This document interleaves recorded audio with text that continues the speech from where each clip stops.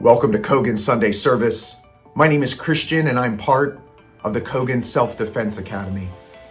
Every week we bring you these videos to present to you this idea and this concept of spiritual defense. The idea of spiritual defense has three parts. The first is to defend ourselves against worry, against anxiety, and against depression. The second is to disarm the lies and the darkness that seem to just push us down and press us in. And lastly, to defeat and conquer that darkness and to live free. Today, our spiritual defense is hope.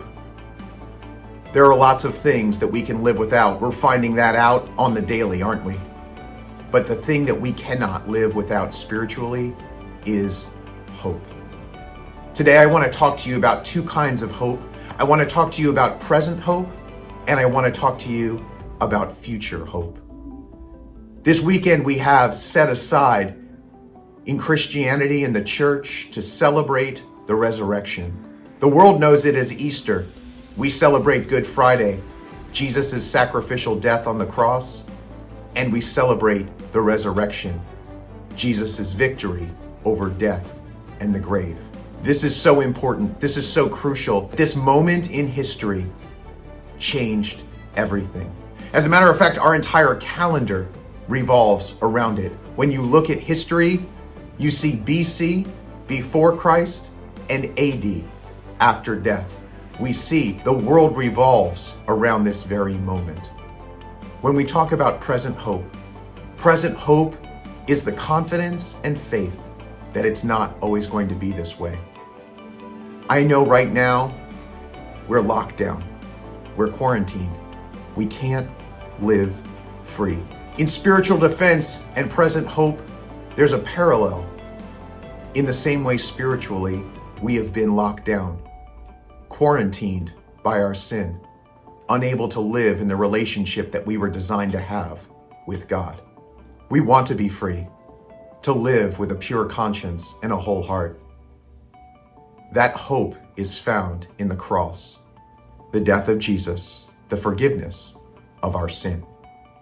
When Jesus died on the cross, his final words were, "It is finished." That's an amazing term because in historical language, that term actually means paid in full. It's an accounting term.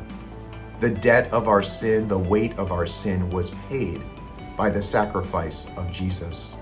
Our present hope says that we can be forgiven, that we can walk freely, that we can walk in new life because of what Jesus did.